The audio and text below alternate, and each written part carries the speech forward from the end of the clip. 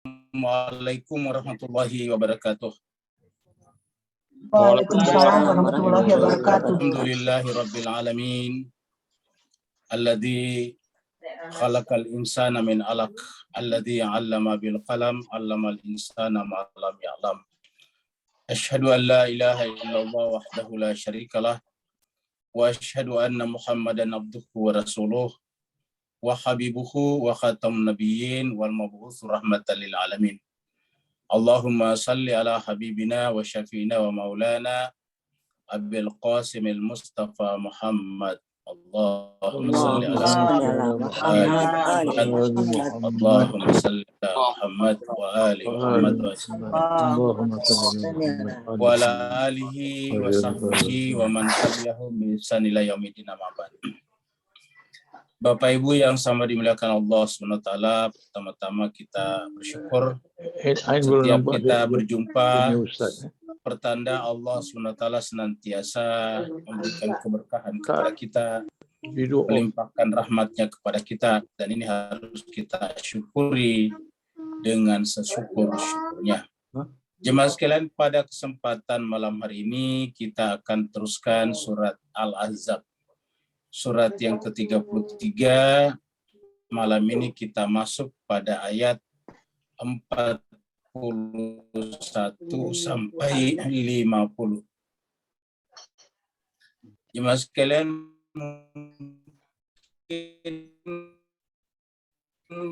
ya, karena kita belum ada yang kelihatan, maka Bapak sekalian mari kita masuk. Ya, maka karena belum kelihatan Ustadz kita, maka mari kita masuk ke screen sambil menunggu mereka, dan kita mulai pembacaan ayat suci Al-Quran kita, tadarus kita dari ayat 41 sampai ayat 50.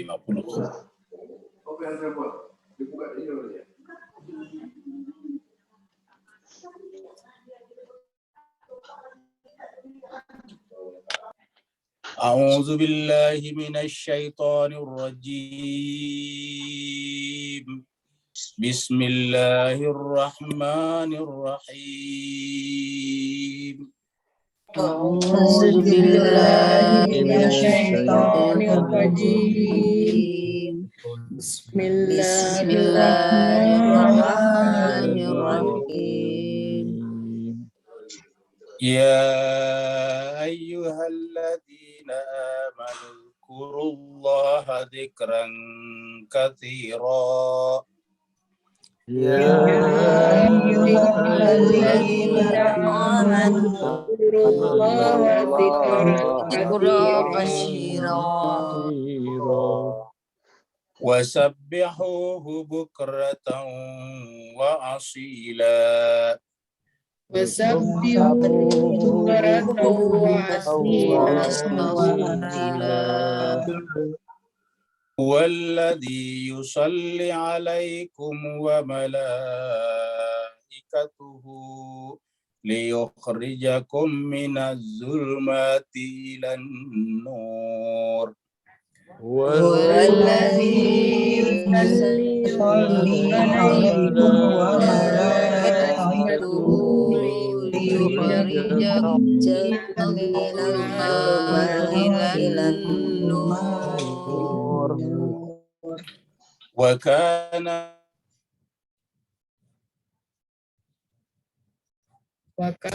bil mu'minina rahima. Tahiyyatuhum yawma yalqawnahu salam. Tahiyyatuhum yawma yalqawnahu salam. Wa'adda lahum ajran karima.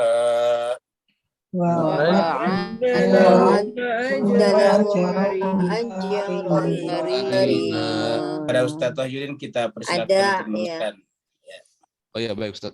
Makasih banyak. Ya ayyuhan nabiyyu inna arsalnaka syahidan wa mubasysyiran wa nadhira. Ya ayyuhan nabiyyu inna شاهدا ونذيرا وداعيا إلى الله بإذنه وسراجا منيرا وداعيا إلى الله بإذنه وسراجا منيرا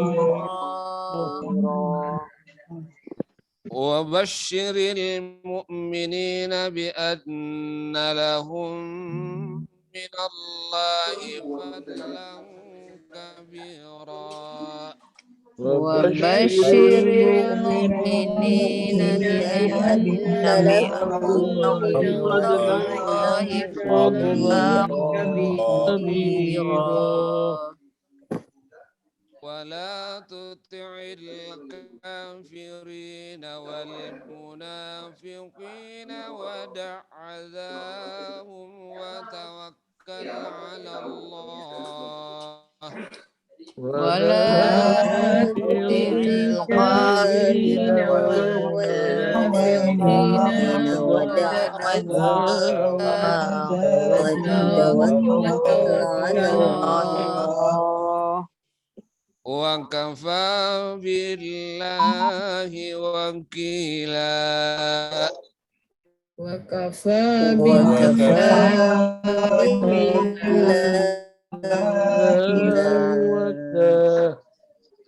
يا أيها الذين آمنوا إذا نكحتم المؤمنات ثم طلقتموهن من قبل أن تمسوهن يا أيها الذين آمنوا إذا نكحتم المؤمنات ثم طلقتموهن من قبل أن تمسوهن فما لكم عليهن من عدة تعتدونها فما لكم عليهن من عدة تعتدونها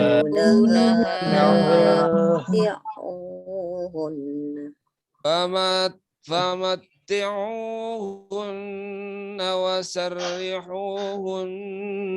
سرحا جميلا فمتعوهن وسرحوهن سراحا جميلا يا أيها النبي إنا أحللنا لك أزواجك التي آتيت أجورهن يا أيها النبي إنا أحللنا لك أزواجك التي آتيت أجورهن وما ملكت يمينك مما أفاء الله عليك وبنات عمك وبنات عماتك فما ملكت يمينك الله عليك وبنات عمك وبنات عماتك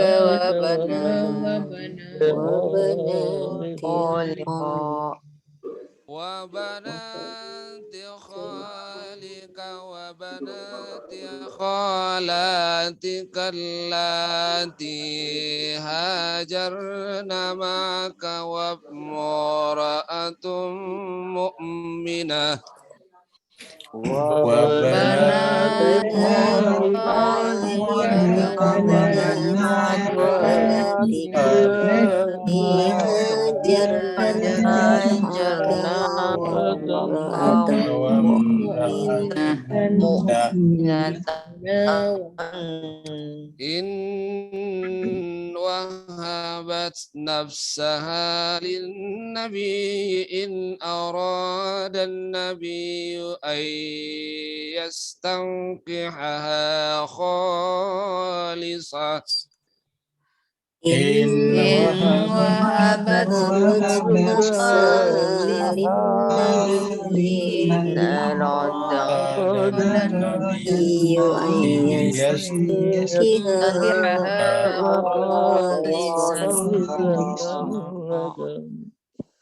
أن يستنكحها خالصة لك من دون المؤمنين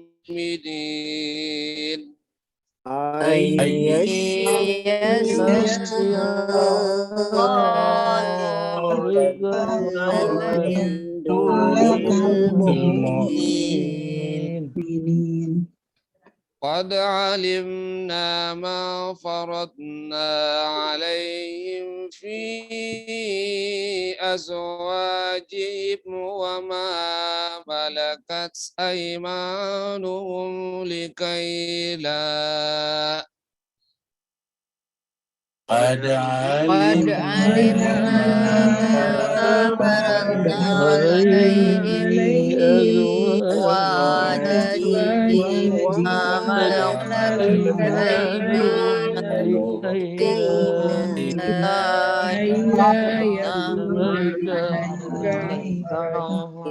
لكي لا يكون عليك خرج لكي لا يكون عليك حرج وكان الله غفورا رحيما وكان الله غفورا رحيما صدق الله العلي العظيم صدق الله العلي العظيم اللهم صل وسلم وزد وبارك على رسول الله وآله الأطهار على رسول الله وآله الأطهار اللهم صل على محمد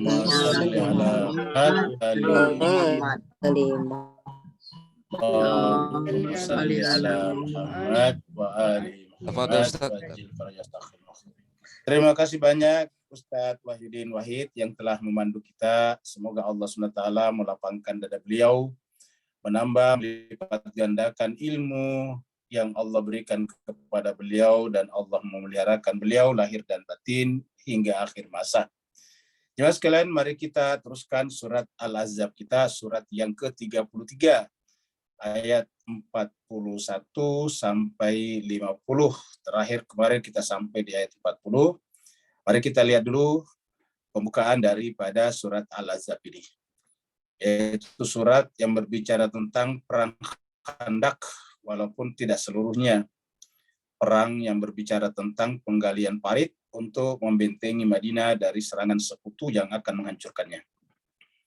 Surat ini adalah surat yang ke-33, surat Al-Ahzab, dan berarti bahwa surat berikutnya 34 adalah surat Saba, negeri Saba. Artinya golongan bersekutu turun di Madinah atau Madaniyah, jumlah ayat 73, malam ini kita masuk sampai 50, dan berarti tinggal 2 kali pertemuan lagi, yaitu hari Jumat lusa insyaallah dan hari Senin yang akan datang. Kita dengarkan dulu murattal berikut ini. Bismillahirrahmanirrahim.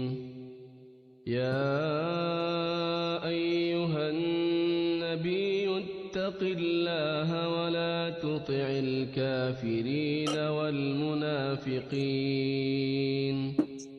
Innallaha kana aliman hakima.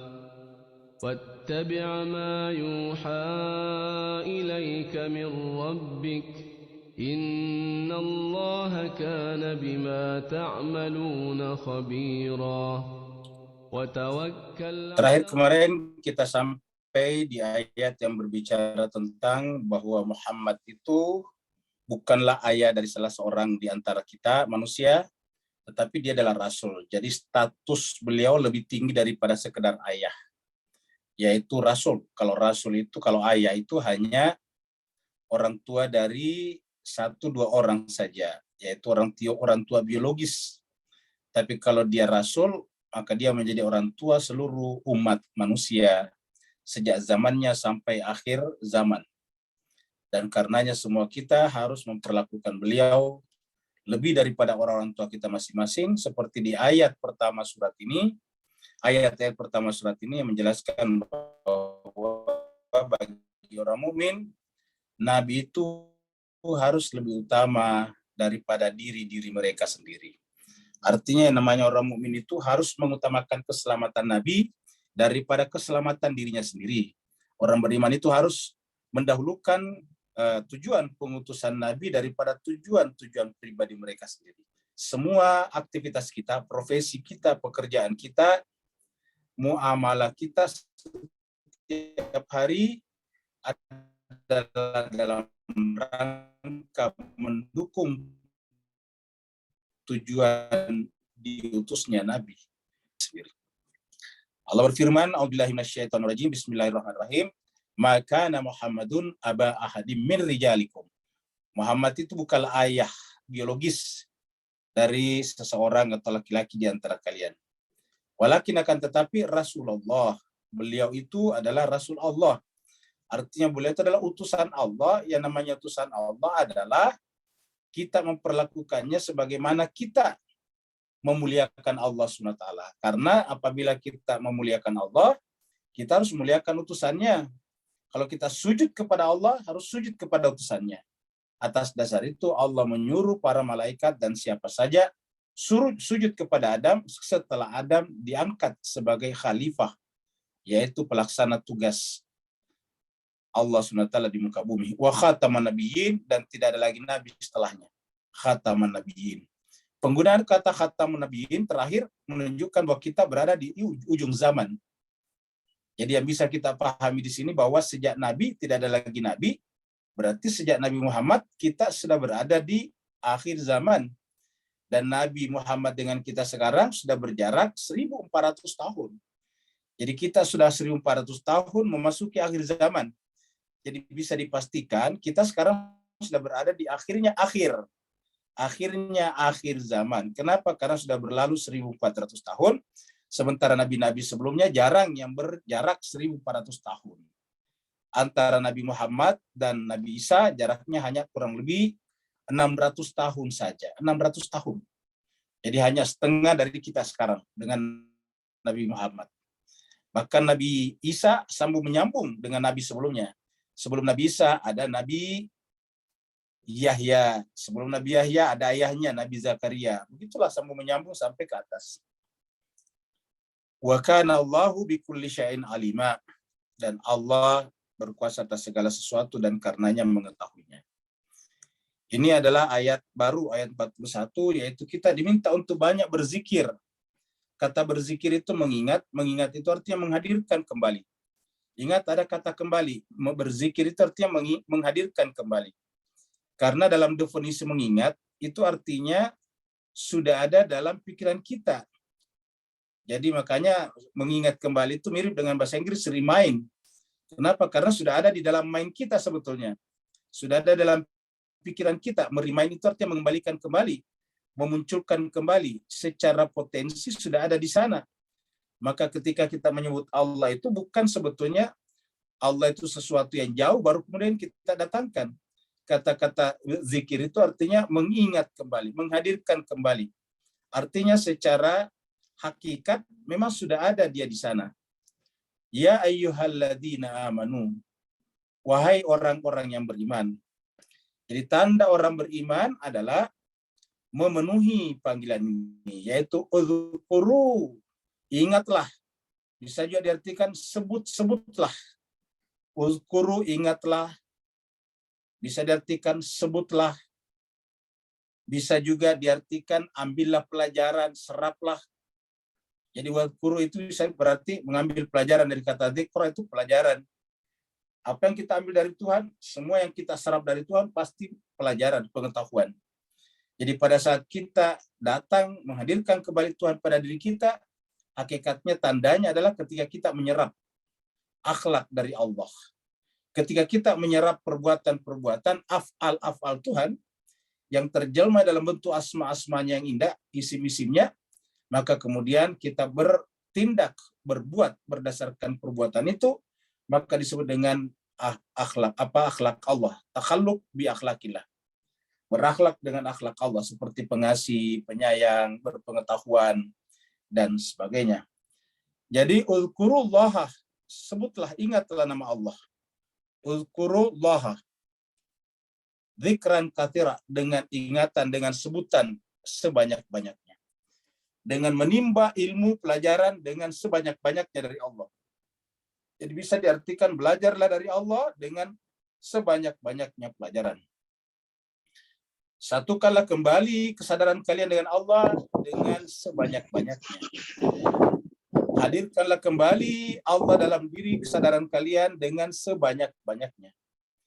Wasabbihuhu bukratan wa asila, dan bertasbihlah. Apa artinya tasbihlah? Bertasbihlah, tasbih, wasabbihuhu, sucikanlah dia.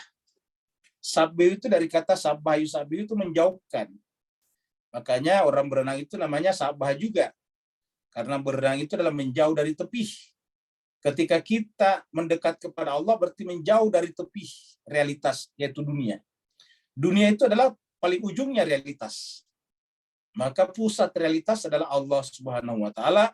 Maka sabbihuhu, bertasbihlah, mendekatlah kepadanya. Atau bisa juga sucikanlah dia. Apa artinya sucikan dia?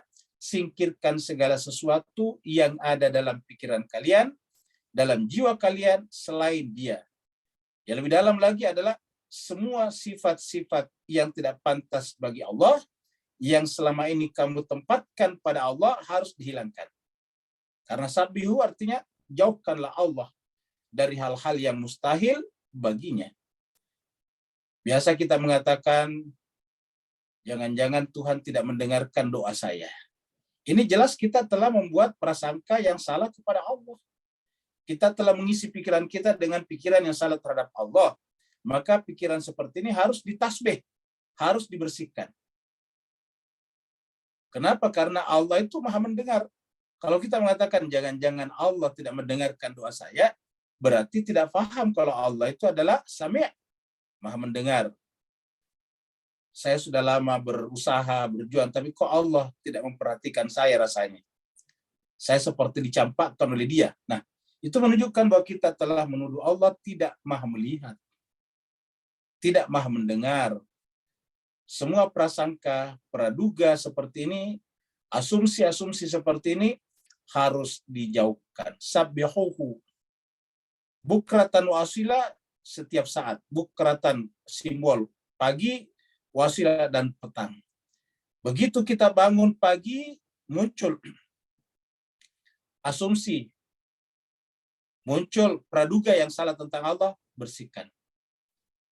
Sore kita pulang dari kantor, menjelang tidur, kita mungkin rugi dalam perdagangan kita mungkin ada masalah di kantor kita, kemudian kita berpikir buruk tentang Allah, maka di petang hari, sabbihuhu, sucikan Allah.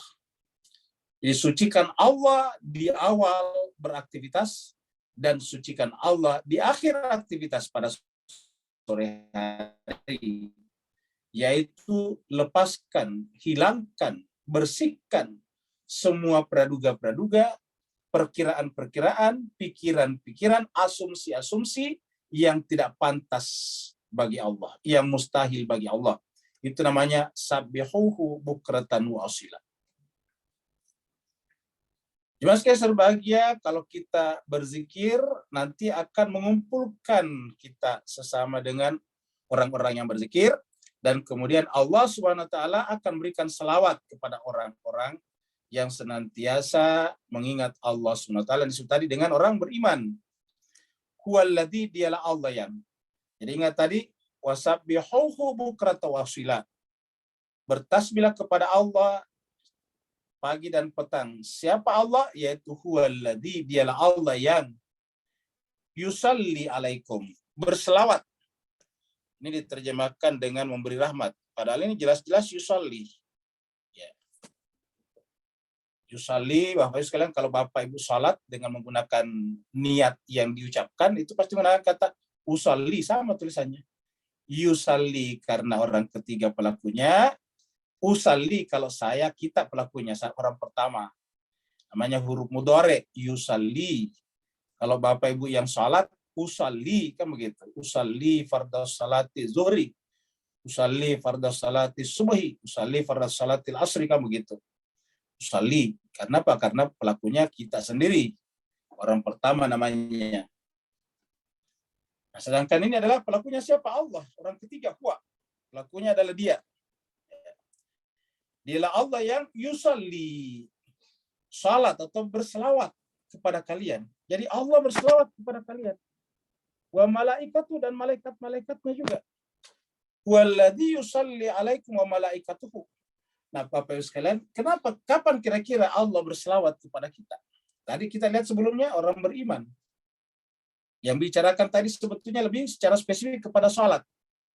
Ingatlah Allah sebanyak-banyaknya, terutama bertasbihlah kepadanya pagi dan petang. Itu bisa dimaknai secara khusus tentang salat, walaupun bisa dimaknai secara umum itu adalah tasbih atau zikir. Tapi bisa juga dimaknai salat, karena salat arti lainnya adalah zikir.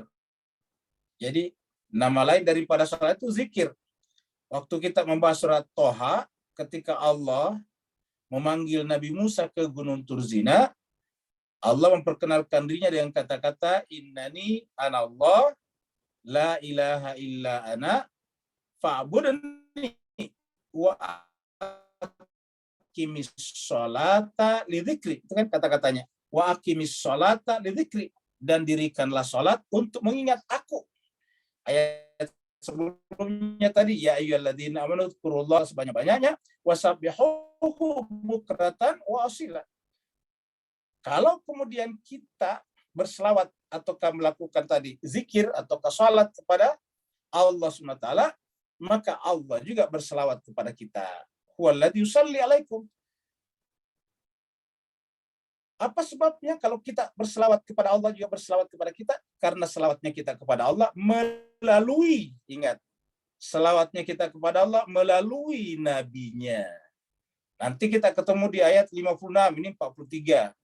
Jadi 13 ayat ke depan, kita akan berjumpa dengan ayat yang sangat terkenal, yaitu innallaha wa malaikatahu, ini malaikat juga. Yusalluna 'alan nabi, ya ayyuhalladzina amanu sallu alaihi. Jadi orang beriman itu, kenapa Allah berselawat kepadanya, kepada orang beriman? Karena orang beriman itu juga berselawat kepada Nabi. Maka huwallazi yusalli alaikum. Jadi Allah menjelaskan dulu, kenapa Allah berselawat kepada kalian? Jawabannya nanti di ayat 50. Oh, ternyata begini sebabnya. Ternyata Allah dan malaikat-malaikatnya ini, huwa Allah, malaikat-malaikatnya berselawat kepada Nabi. Maka yang namanya berselawat kita adalah berselawat kepada Nabi. Allahumma salli ala Muhammad wa ala ali Muhammad. Allahumma salli ala Muhammad wa ali Muhammad. Jadi kita berselawat kepada Nabi dan keluarganya. Kenapa keluarganya? Ingat, surat 33, 10 ayat yang lalu. Ini 43. 33 mengatakan innama yuridullah liyudhiba ankum rijsa ahlal bait wa yutahhirakum tathira. Itu keluarganya Nabi. Lalu kemudian di ayat 56 13 ayat ke depan kita akan berjumpa dengan innallaha wa malaikatahu yusholluna 'alan nabi ya ayyuhalladzina amanu shallu alaihi wasallimu taslima.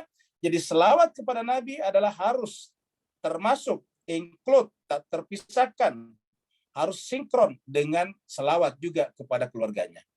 Barulah kemudian Allah berselawat kepada kalian. Jadi yang disebut orang mukmin di sini adalah orang yang mengisi hari-harinya dengan selawat kepada Allah dan berselawat kepada Nabi, maksudnya, dan keluarga Nabi. Jadi kita lihat siapa yang masuk tadi, orang beriman di awal. Ya ayyuhalladzina amanu tadi. Ya ayyuhalladzina amanu dzkuru. Beringat-ingatlah kepada Allah dengan ingatan yang sebanyak-banyaknya. Ya, kita lihat tadi yang ini sebelumnya. Ya ayyuhalladzina amanu dzkurullaha dzikran katsira. Siapa yang maksud orang beriman di sini? Orang beriman ialah ya ayyuhalladzina amanu sallu alaihi. Jadi tidak bisa dipisahkan. Ya ayyuhalladzina amanu dzkurullaha dzikran katsira. Bagaimana caranya kita mengingat Allah? Melalui selawat. Karena pada saat kita berselawat, yang pertama kita ingat Allah.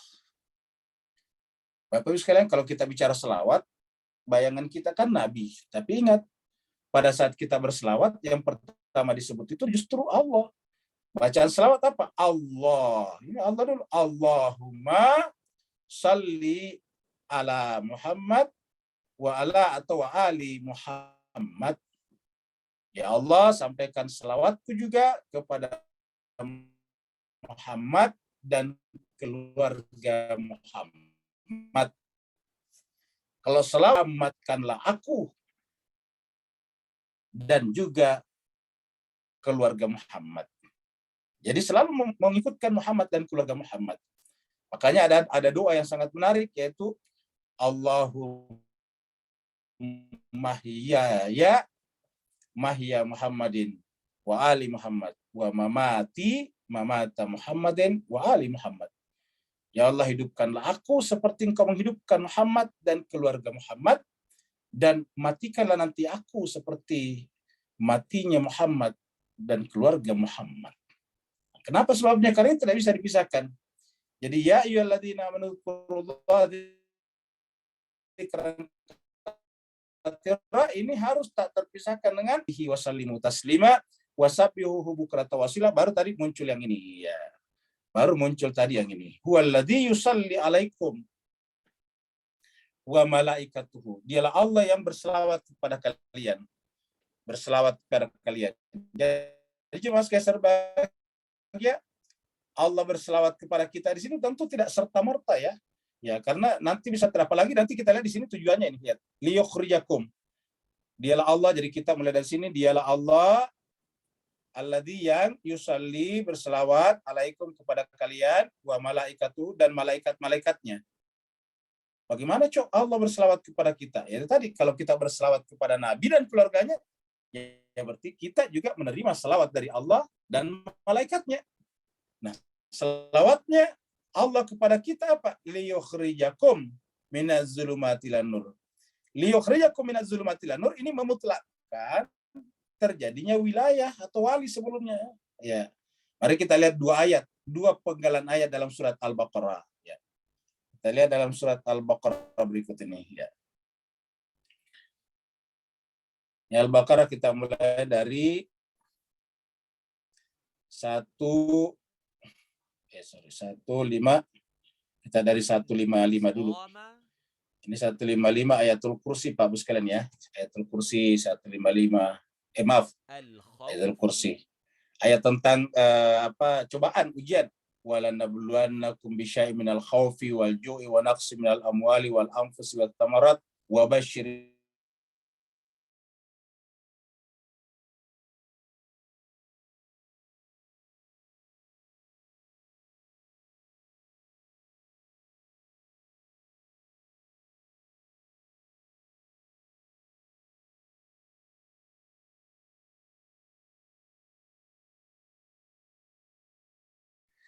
diintimidasi dengan puluhan ribu tentara, dibuat lapar, keluarganya dibunuh satu persatu, anak-anaknya dipanah dan sebagainya.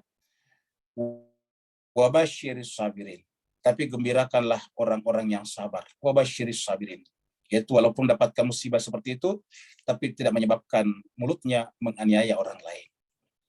Alladzina idza asabathum musibah, yaitu apabila orang-orangnya apabila, jadi alladzina orang, ya siapa tadi alladzina, yaitu tadi sabirin tadi. Alladzina ini adalah isim mausul dari as-sabirin. Siapa itu as-sabirin? Alladzina, yaitu orang-orang yang idza asabathum musibah, manakala ditimpa musibah, qalu, mereka berkata, inna lillahi wa inna ilaihi raji'un. Jadi kata-kata yang keluar dari mulutnya bukan kutukan, bukan celaan, bukan ngumpatan, mengumpat. Kalau kita kan mengumpat orang. Yang keluar dari mulutnya adalah inna lillahi wa inna ilaihi raji'un. Apa kata Allah? Ulaika, mereka itulah. Alaihim, atas mereka. Salawatun. Selawat ini selawat. Mereka itulah atasnya selawat. Mir rabbihim, dari Tuhan mereka. Wa rahmatun, dan rahmat.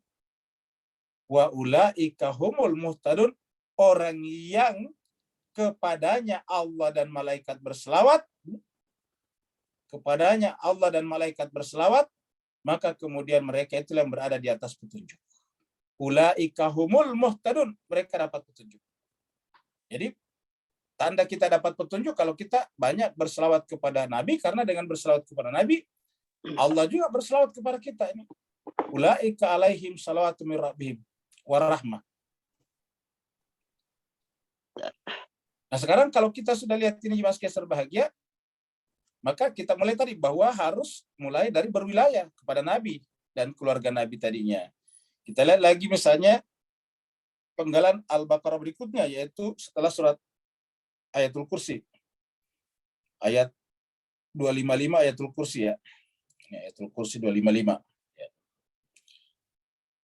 Ini Bapak sekalian bisa baca Allahu la ilaha illahu, terus kemudian ayat 256 la ikrah fid din ini. La ikrah fid dini qad tabayyana ar-rusyd minal ghayy. Dalam agama tidak boleh ada paksaan, tidak boleh memaksa orang. Qad tabayyana ar-rusyd minal ghayy, karena sudah jelas perbedaan antara ar-rusyd yang benar, yang jujur, yang rasional. Rusyd itu rasional. Minal ghayy, daripada yang irasional. Famay yakfur bitaghut, maka siapa yang yakfur bitaghut, kafir kepada tagut. Jadi orang beriman harus kafir juga, cuma kafirnya kepada tagut. Kafir kepada tagut artinya menolak, ya, menolak pengaruh egoistiknya, menolak pengaruh egonya. Karena siapa yang terpengaruh oleh egonya, maka pasti dampaknya adalah mengorbankan orang lain atau lingkungan di sekitarnya. Wa yu'min billah, baru beriman kepada Allah. Faqad istamsaka bil urwatil wuthqa, orang itulah yang berpegang teguh kepada tali yang sangat teguh. Lam fisama laha, yang tidak akan pernah putus. Wallahu samiun alim. Bagaimana caranya berpegang kepada Allah? Wuthqa, janji teguh ini. Wuthqa ini apa namanya? Yang sangat teguh. Ya. Yaitu berarti kan sesuatu yang kita pegang, berarti kan janji. Wilayah namanya. Baru kemudian Allahu waliyul ladzina amanu. Allah itulah yang merupakan walinya orang beriman. Allahu waliyul ladzina amanu. Allah itu adalah walinya orang beriman. Jadi orang yang seperti tadi di atas, mulai tadi daripada surat Al-Baqarah yang sebelumnya 155, 156, baru kemudian sekarang 255, 256, 257. Allahu waliyul ladzina amanu. Siapa orang beriman tadi? Yaitu yakfur bitaghut, yang ingkar kepada taghut, ingkar kepada egonya, objektif, mengikuti yang benar saja. Allahu waliyul ladzina amanu. Apa dampaknya kalau Allah menjadi walinya orang beriman? Yukhrijuhum minaz zulumati ilan nur. Allah akan mengeluarkan mereka minaz zulumati ilan nur. Sama tadi di sini. Ya, ini tadi. Jadi kita lihat tadi di sini, huwallazi yusalli alaikum wa malaikatuhu li yukhrijakum minaz zulumati ilan nur. Untuk mengeluarkan kalian dari kegelapan menuju kepada cahaya. Jadi tidak mungkin kita keluar dari kegelapan dan menuju kepada cahaya kalau tidak melalui Nabi dan keluarganya. Kalau kita lihat ayat-ayatnya. Dan ini sejalan dengan surat An-Nur. Kalau kita bicara surat An-Nur begitu juga. Itu nanti di belakangnya ada kata-kata rijalun, la tulihim tijaratun wala bai'. Jadi di belakangnya di surat An-Nur ayat 35 seperti itu juga. Litukhrijakum minaz zulumati ilan nur. Dan yang mengeluarkan kita, kelihatannya Allah kan huwallazi yusalli alaikum wa malaikatuhu. Sama juga di sini. Ya, Allah lah yang menjadi walinya orang beriman. Tapi ingat bagaimana cara kita berwali kepada Allah? Dengan berwali kepada orang beriman dan rasul. Seperti dalam surat Al-Maidah, Allahu waliyukum. Ya. Wa rasuluhu. Jadi Allah walinya. Baru kemudian rasulnya dan juga walladzina amanu alladzina yuqimunas shalah wa yu'tunaz zakata wa hum raqiun. Jadi Allah, rasul dan orang beriman. Orang beriman yang dimaksud tadi adalah innama yuridullah liyudhiba ankum rijsa ahlal bait wa yutahhirakum tatsira. Karena mereka lah selain daripada nabi yang mendapatkan garansi dari Al-Qur'an. Ada juga yang lain tapi kan di hadis-hadis. Tapi kalau ini di Quran disebutkan. Ya, artinya bahwa tidak ada keraguan tentang garansi itu. Nah, kalau Allah telah menjadinya walinya kita, yukhrijuhum minaz zulumati ilan nur. Ingat jemaah sekalian, melalui siapa Allah mengeluarkan kita dari kegelapan. Karena kita lihat jemaah sekalian, Allah kan tidak, kalau Allah mau kan bisa pada setiap orang dia langsung. Tapi Allah memilih rasul. Maka secara otomatis yang mengeluarkan kita ini adalah rasul. Coba kita lihat ayatnya. Ya. Di dalam surat Ibrahim. Ya. Kita lihat surat Ibrahim. Surat Ibrahim. Nih. Alif Lam Ra, kitabun anzalnahu ilaika litukhrijan nasa minaz zulumati ilan nur. Sebuah kitab yang kami turunkan kepadamu Muhammad. Agar engkau Muhammad ini tukhrijan nasa. Jadi sebetulnya Allah tetapi melalui Nabi. Tukhrij, taknya Nabi di sini. Kan kaknya ini Nabi, ilaika, kaknya Nabi. Jadi ayat ini saya berbicara kepada Nabi Muhammad, ini kitabun anzalnahu, kami turunkan kepadamu. Yaitu di mana? Di dalam diri Nabi. Jadi kitab dan Nabi itu tidak bisa terpisahkan. Supaya apa? Litukhrijan nasa minaz zulumati ilan nur. Supaya engkau bisa mengeluarkan manusia dari kegelapan menuju cahaya. Biizni rabbihim, atas izin Tuhan mereka, Tuhannya manusia. Ila suratil azizil hamid, kepada jalan Allah yang maha mulia lagi maha terpuji. Jadi yang dimaksud di situ adalah Allah. Yang dimaksud di situ adalah rasul. Yang dimaksud di situ adalah pelaksana tugas daripada rasul. Jadi Allah di sini diwakili, ya. Jadi Allah di sini diwakili oleh Nabi berdasarkan tadi surat Ibrahim ayat 1. Ya. Jadi kata-kata liyukhrijakum melalui Nabi. Allah mengeluarkan kalian melalui Nabi. Minaz zulumati ilan nur wa kana bil mu'minina rahima. Baru kemudian wa kana bil mu'minina rahima, kepada orang mukmin. Orang mukmin siapa yang dimaksud? Ya, Bapak Ibu bisa tangkap tadi dari pembahasan kita. Jadi wa kana bil mu'minin rahimah. Rahimnya Allah hanya berlaku kepada orang beriman. Rahmannya Allah berlaku kepada semuanya. Tapi rahimnya hanya kepada orang beriman. Wa kana, dan adalah bil mu'minina, kepada orang beriman itulah rahimnya Allah diberlakukan. Jadi rahimnya Allah lebih intensif, lebih ekstensif, lebih kualitatif, lebih mendalam daripada rahmannya. Boleh dikatakan bahwa kalau rahmannya Allah itu adalah gerak Allah dari ujung busur atas ke bawah, sedangkan rahimnya Allah berlaku pada mereka yang menempuh ujung busur bawah ke atas. Wa kana bil mu'minina rahima. Dan adalah orang mukmin itu kepadanya Allah berlakukan rahimnya. Ingat, selalu kita baca bismillah, selalu Ar-Rahman Ar-Rahim. Ar-Rahimnya di belakang. Kenapa lebih spesifik? Ar-Rahman kepada seluruh manusia, tapi Ar-Rahim adalah bil mu'minin, kepada orang beriman saja. Nanti di akhirat, Bapak Ibu sekalian, Allah menyambut mereka, aparat Allah di akhirat akan menyambut orang beriman seperti itu dengan kata salam. Assalam artinya adalah sumber kedamaian. Ini the source of peace, sumber kedamaian. Apa sebabnya? Karena di dunia orang-orang ini menjadi sumber kedamaian. Bapak Ibu sekalian, kita ulangi lagi. Orang beriman itu adalah orang yang menjadi sumber kedamaian. Karena orang beriman itu, mukmin itu artinya memberikan keamanan. Makanya nama Allah juga bukan hanya salam, tapi juga al-mu'min. Allahu la ilaha illahu al-malikul qudusus salamul mu'min. Itu setelah assalam al-mu'min. Assalam adalah memberikan keselamatan, kedamaian, peace. Sedangkan al-mu'min artinya memberikan keamanan. Jadi orang Islam satu asal kata dengan assalam. Orang Islam yang hakiki adalah tidak mungkin membuat onar. Orang Islam yang hakiki tidak mungkin menjadi sumber malapetaka sosial. Orang Islam yang hakiki tidak mungkin berbondong-bondong membawa senjata masuk ke negaranya orang, baru mengacau negaranya orang. Seperti yang terjadi di Syria, dan juga mereka datang ke Yaman, di Libya, dan sebagainya. Yang rugi siapa? Orang Islam sendiri. Negara umat Islam kacau balau oleh orang-orang yang mengaku Islam, tetapi datang mengacau negara orang. Apa sebabnya? Dia bukan sumber kedamaian. Orang Islam itu adalah assalam, sumber kedamaian. Al-mu'min artinya apa? Sumber keamanan. Ya, coba kita lihat. Supaya kita tahu persis bahwa Allah juga adalah namanya mukmin. Surat 59. Surat Al-Hasyr. Ya. Kita lihat yang 23.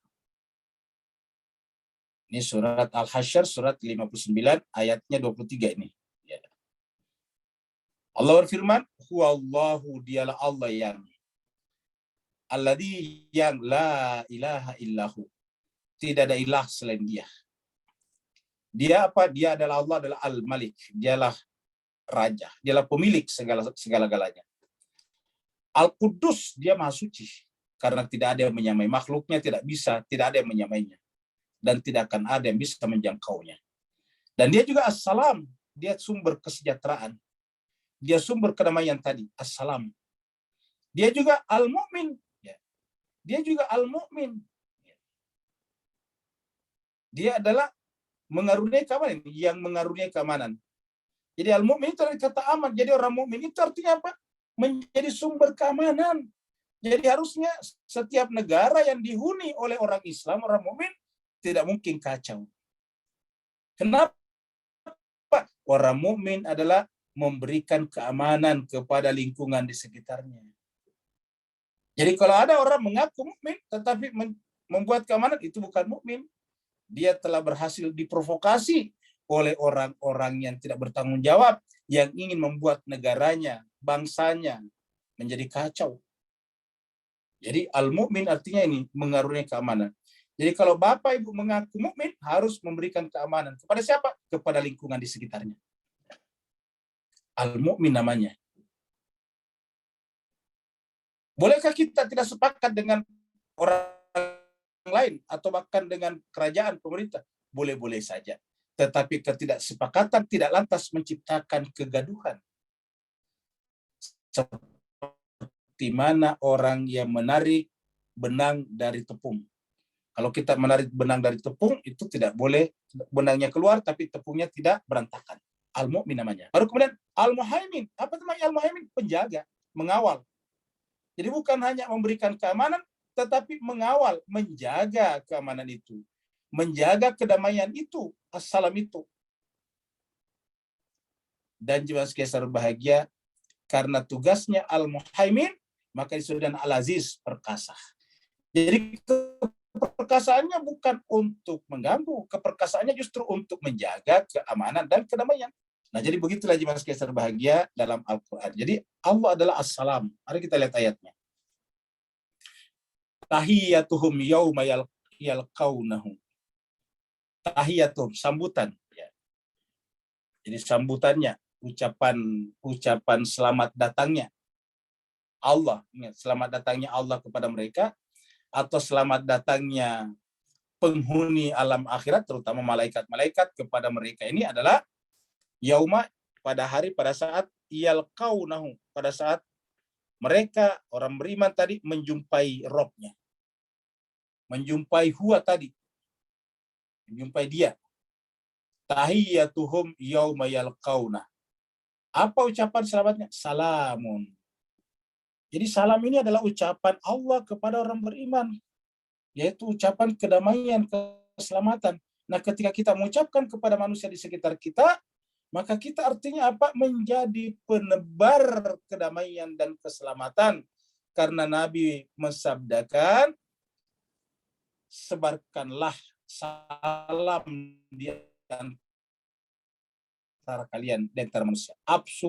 Salam bainakum. Sebarkan salam, sebarkan kedamaian di antara kalian. Wa'adalahum ajran azima karima. Dan Allah menjanjikan kepada mereka, adalahum, bagi mereka, ajran karima, ajran imbalan, reward, pahala yang mulia, karima.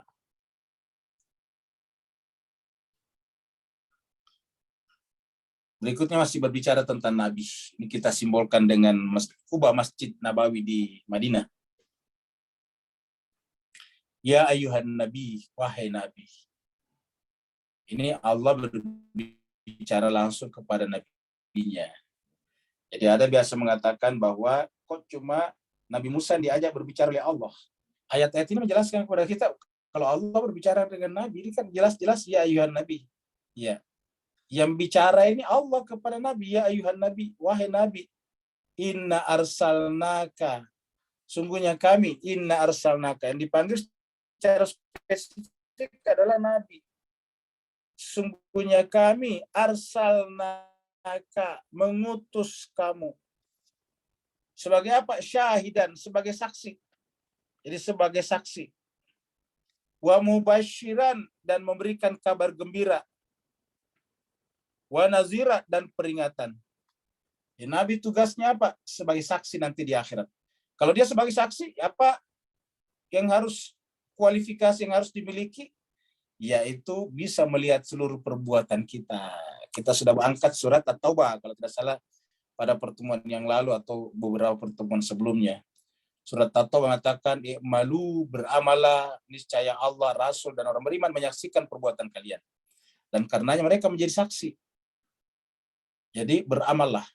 Jadi Nabi tidak pernah tidak menyaksikan kita. Kalau Allah menyaksikan kita, berarti Nabi menyaksikan kita juga. Kenapa? Karena Allah dan malaikat berselawat kepada Nabi.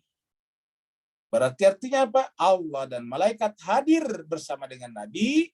Dan karena Allah dan malaikat hadir bersama Nabi, maka ketika kita berbuat, ketika disaksikan Allah, disaksikan malaikat, otomatis disaksikan Nabi juga. Dan orang-orang yang ditunjuk memberi kabar gembira kalau kita berbuat baik, pemberi peringatan kalau kita berbuat buruk. Wa mubasyiran wa nadhira. Jadi inilah fungsi kenabian. Makanya tadi kita katakan selawat itu kepada Nabi, berzikir itu juga mengingat Nabi, tetapi melalui Allah. Maksudnya mengingat Allah melalui Nabi. Allahumma salli ala Muhammad wa li Muhammad. Ini adalah ilustrasi betapa beratnya tugas kenabian dulu. Kalau Ustadz sekarang ini enak dipanggil, diundang baik-baik, dan sebagainya. Kalau dulu Nabi dia sendiri yang datang ke tempat-tempat umum, kumpulkan orang-orang, baru naik di atas, jangankan dikasih air putih, makanan, bahkan terkadang dilempar dengan kotoran. Begitulah dulu perjuangannya para Nabi. Wada'iyan ilallah. Da'i itu artinya penyeru. Dia adalah da'iyan, dari kata da'i. Ini menjadi bahasa Melayu kita, da'i. Da'i artinya ustadz yang berceramah, biasanya sudah dengan da'i. Wada'iyan ilallah. Ingat Bapak sekalian, Nabi datang mengajak manusia kepada Allah. Da'iyan ilallah. Bapak Ibu sekalian, saya sampaikan ini baik-baik. Ini dicamkan, dicatat baik-baik. Karena banyak di antara kita berpikir orang yang baik itu adalah orang yang mengumpulkan donasi, funding, lalu kemudian dibagi-bagikan kepada orang tidak mampu. Ya, ini perlu kita sampaikan, tidak pernah ada nabi yang melakukan seperti itu.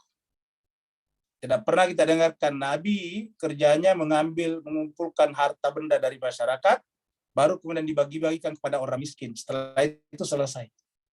Apa sebabnya? Tugasnya nabi itu adalah mengajak, mengambil hati orang manusia untuk diajak kepada Allah. Itu sebabnya bukan Nabi Ibrahim membagi-bagikan makanan kepada orang di luar sana, tetapi Nabi Ibrahim membuat makanan di rumahnya, baru ngundang orang itu datang kepada rumah Nabi Ibrahim. Agar apa? Agar Nabi Ibrahim menyampaikan pesan-pesan Allah kepada mereka, mengajak mereka kepada Allah, mengembalikan jiwa mereka yang jauh dari Allah kepada Tuhan. Itulah tugas para nabi. Jadi tugas para nabi itu adalah menarik jiwa manusia yang terpisah dengan Tuhannya kembali kepada Tuhannya. Jadi kalau cuma dibagi-bagikan begitu saja tidak ada apa-apa, ya itu bukan perbuatan ketuhanan, bukan perbuatan perbuatan kenabian. Bahkan pernah kita sampaikan bahwa Allah telah berbuat baik kepada seluruh manusia, kaya atau miskin, itu sebetulnya sangat sedikit perbedaannya. Kalau kita berbeda dari segi harta saja, itu sangat sedikit. Karena Allah telah memberikan sangat banyak kepada kita. Bapak Ibu sekalian, Allah memberikan kepada kita semuanya sama, yaitu udara. Tidak ada yang dibeli. Udara sangat mahal. Allah berikan kepada kita temperatur. Allah berikan kepada kita matahari, lautan, hujan, awan, bintang, bulan. Dan itu semuanya berhak semua kita mendapatkannya. Bukan hanya orang berduit, orang kaya. Bahkan ada yang lebih hebat lagi, tubuh kita. Allah berikan kepada kita mata, itu tidak bisa dihitung dengan harta apapun juga. Allah berikan kepada kita tangan, kaki, itu sesuatu yang luar biasa.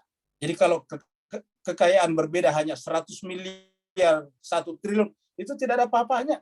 Adakah di antara kita yang mau diberikan uang 1 triliun, tetapi dua-dua matanya dicungkil, kupingnya juga ditutup, kakinya juga digergaji dua-duanya? Tidak akan ada yang mau. Artinya apa, jemaah sekalian berbahagia? Setiap manusia sebetulnya sudah kaya raya. Maka apa tugas Nabi datang kepada manusia? Mengajak mereka, membujuk hati mereka kembali kepada Allah. Nabi datang bukan mengumpulkan donasi dibagi-bagi kepada manusia, habis itu selesai. Bukan. Da'iyan ilallah, mengajak manusia kepada Allah. Nabi Ibrahim menyuruh istrinya membuat makanan yang bagus. Lalu kemudian mengajak mereka datang di samping. Dan ini juga dilakukan Nabi Muhammad kita. Nabi Muhammad kita berkali-kali memotong kambing, membuat masakan yang enak, baru kemudian memanggil orang-orang datang. Nanti pada saat yang datang itu ada yang meresponnya dengan positif, ada juga yang meresponnya dengan negatif. Ada yang ikut pada Nabi, ada yang mengatakan juga, wahai Muhammad, untuk inikah kamu mengajak kami makan? Kalau tahu dari tadi kami tidak datang. Coba. Nabi bikin acara di rumahnya untuk mengajak orang kembali kepada Allah. Da'iyan ilallahi bi'izni wa sirajan munira. Jadi ini intinya jemaah sekalian. Maka inti daripada gerakan keagamaan, inti daripada tugas kenabian dan kerasulan adalah bagaimana caranya menarik jiwa-jiwa manusia yang jauh dari Tuhannya, padahal telah menerima begitu banyak karunia daripada Tuhannya. Bahkan keberadaan kita sendiri di dunia ini adalah sebuah karunia yang tak terkira. Da'iyan ilallah. Dan ini berkali-kali kata-kata ini muncul. Mari kita lihat di sekalian di surat Yusuf. Ini sudah sering kita angkat, tapi kita ingatkan kembali. Bahwa tugas Nabi itu bukan tugas, bukan tugas sinterklas. Tugas Nabi itu adalah mengajak manusia kepada Allah Subhanahu wa taala. Bahkan sinterklas juga menjalankan tugas-tugas keagamaan. Itu sebabnya pakai baju seragam supaya ada aspek-aspek religiusnya di sana. 108 ya. Coba Bapak Ibu sekalian perhatikan di sini. Qul katakanlah Muhammad. Hadihi sabili, inilah jalanku. Qul katakanlah Muhammad, hadihi sabili, inilah jalanku. Bapak sekalian, coba kita lihat lagi. Hadis. Ini Tuhan mengatakan, wahai katakan Muhammad, inilah jalanku, hadis sabil. Inilah jalan Nabi. Apa jalannya Nabi? Ada'u ilallah, mengajak manusia kepada Allah. Bukan beri makan kepada manusia. Tapi ada'u ilallah, mengajak manusia. Kenapa? Allah sudah beri makan kepada manusia. Allah berikan oksigen secara gratis kepada mereka. Allah berikan matahari dan malam kepada mereka secara gratis. Tapi mereka lupa kepada Tuhannya. Maka Nabi diutus untuk apa? Mengajak mereka. Maka dikatakan di sini, kul katakan Muhammad, hadis sabili, inilah jalanku. Apa? Ada'u ilallah. Saya mengajak manusia kepada Allah. Tugasnya Nabi adalah ada'u ilallah. Saya mengajak manusia kepada Allah. Ala basiratin. Dengan menyentuh akal pikiran mereka. Basira itu adalah kesadaran rasional mereka, kesadaran intelek mereka yang paling dalam, ala basiratin, kesadaran hati mereka yang paling dasar. Siapa punya tugas? Bapak sekalian lihat baik-baik. Anak, tugasku. Dan siapa lagi? Wa manittaba'ani. Jadi siapa yang mengaku pengikut Muhammad, inilah tugasnya. Ana wa manittaba'ani. Saya punya tugas dan siapa saja ikut dengan saya. Ana wa manittaba'ani. Tugasku dan orang-orang mengikuti aku. Ingat Mas Kaiser bahagia, justru pengikut-pengikut Nabi mayoritas orang miskin pada saat itu. Pengikut Nabi di awal-awal di Mekah, orang seperti Bilal bin Rabah, budak belian. Ammar bin Yasir, anak seorang budak. Bapaknya Yasir, budak. Ibunya Sumayyah, budak. Khabbab al-Arat, budak. Coba kita lihat. Nanti kita kenal yang namanya Salman Al-Farisi, juga budak. Bahkan sampai akhir hayatnya, Mus'ab bin Umair itu lebih miskin daripada sebelumnya. Mus'ab bin Umair aslinya adalah anak orang kaya. Ibunya bernama Unas binti Malik, salah satu orang terkaya juga di Mekah. Walaupun tidak sekaya dengan Khadijatul Kubra. Tetapi dia termasuk kaya di Mekah itu ibunya, Unas binti Malik. Kenapa? Ayahnya meninggal dengan meninggalkan kekayaan yang begitu banyak. Tetapi karena singkat cerita, karena Musa lebih memilih Nabi daripada ibunya, ketika kamu adalah anak ibu satu-satunya. Saya paling tidak sedang kamu ikut bersama dengan Muhammad. Kamu harus pilih sekarang, ikut Muhammad atau pilih ibu. Mus'ab susah berkata-kata. Mus'ab tidak kuat menatap wajah ibunya. Mus'ab menundukkan kepalanya. Lama sekali terdiam. Baru kemudian mengangkat kepalanya dan berbicara kepada ibunya. Wahai ibu, ini pilihan yang berat dan saya sebetulnya tidak mungkin memilih salah satunya. Bagaimanapun ibu adalah darah daging saya. Saya berasal dari rahim ibu. Yang mengalir dalam diriku adalah darah ibu. Tidak mungkin saya meninggalkan ibu. Tapi pada saat yang sama tidak mungkin juga saya meninggalkan Muhammad. Karena dia adalah utusan Tuhan yang menciptakan alam semesta dan termasuk yang menciptakan ibu. Tuhannya semesta dan Tuhan kita semuanya. Kita semuanya akan mati nantinya. Dan di sana kita hanya menanti syafaat darinya. Dia adalah syahidan. Dia adalah syahidnya, saksi kita. Tetapi kata Mus'ab kepada ibunya, kalau ibu terpaksa memilih saya, memaksa saya untuk memilih salah satunya, wahai ibu, dengan suara yang tertahan di tenggorokan, Mus'ab mengatakan, wahai ibu, kalau ibu memaksa saya untuk memilih salah satunya, mohon maaf ibu, saya memilih Muhammad. Luar biasa. Begitu menyebut kata saya memilih Muhammad, ibunya langsung berdiri dan marah, langsung mengusir Mus'ab. Wahai Mus'ab, mulai hari ini kamu bukan anak ibu lagi. Kamu harus pergi dari rumah ini dan tidak boleh membawa apa-apa selain daripada baju yang kamu pakai sekarang. Maka Mus'ab bin Umair meninggalkan rumah ibunya, bergabung dengan Nabi dalam keadaan tidak punya apa-apa. Dan apakah dia kemudian menjadi banyak harta setelah bergabung dengan Nabi? Tidak. Sampai ketika Mus'ab syahid di perang Uhud, ingat, Mus'ab nantinya itu syahid di perang Uhud bersama dengan Hamzah. Ketika Mus'ab bergabung syahid di perang Uhud, itu kemudian kalau kainnya yang menutupinya ditarik ke bawah, menutupi kakinya, kelihatan wajahnya. Kainnya ditarik ke atas, menutupi wajahnya, kelihatan kakinya. Nangis. Dia katakan, wahai sahabat-sahabatku sekalian, bukankah kalian tahu bahwa Mus'ab ini adalah anak orang kaya di Mekah? Pada saat dia masih muda, pakaian-pakaian yang dikenakannya adalah pakaian mewah, pakaian yang paling mahal, sampai gadis-gadis di Mekah mengintip dari balik rumah-rumah mereka berpikir, alangkah bahagianya kalau saya nanti yang dipersunting oleh Mus'ab. Karena Mus'ab adalah anaknya ganteng, kaya, pakaiannya selalu bermerek pada saat itu. Paling tidak ukuran pada saat itu. Tapi lihatlah wahai kalian, sahabat-sahabat, hari ini kita menyaksikan Mus'ab meninggal dalam keadaan miskin, dalam keadaan tidak punya apa-apa.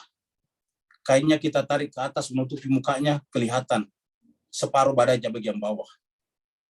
Kita tarik kainnya ke bawah menutupi bagian bawahnya, kelihatan wajahnya.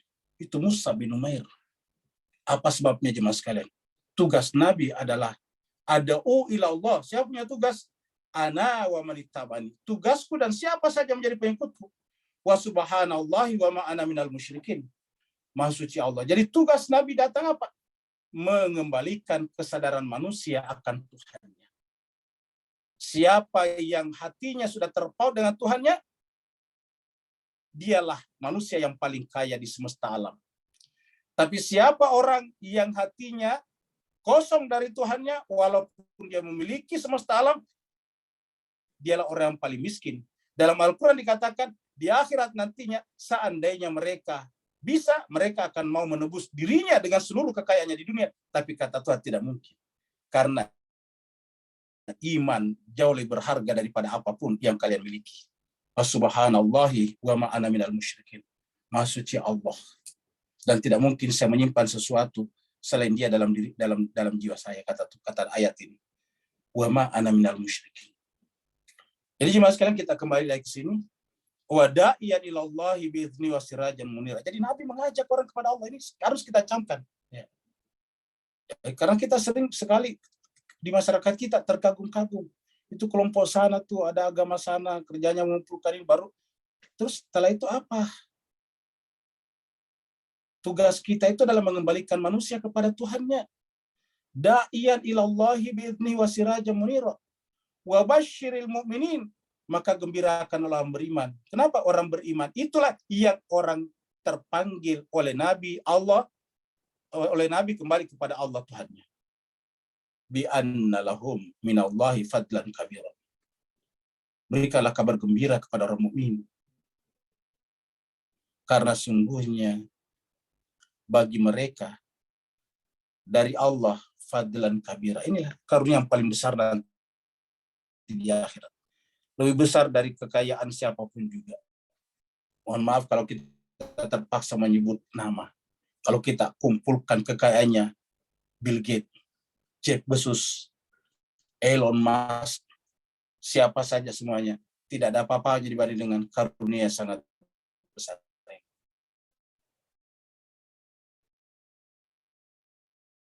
Biarkan karunia sangat besar. Jadi walaupun Mus'ab bin Umair meninggal dalam keadaan kainnya tidak cukup menutupi badannya, tetapi dia adalah paling mulia di sisi Tuhannya daripada siapapun juga.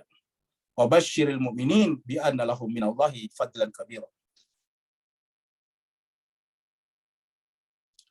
Kembali sekarang ayat mengingatkan Nabi seperti di permulaan surat Al-Ahzab ini. Permulaan surat Al-Ahzab, Nabi disuruh diwanti-wanti yang sampai taat kepada orang kafir dan orang munafik.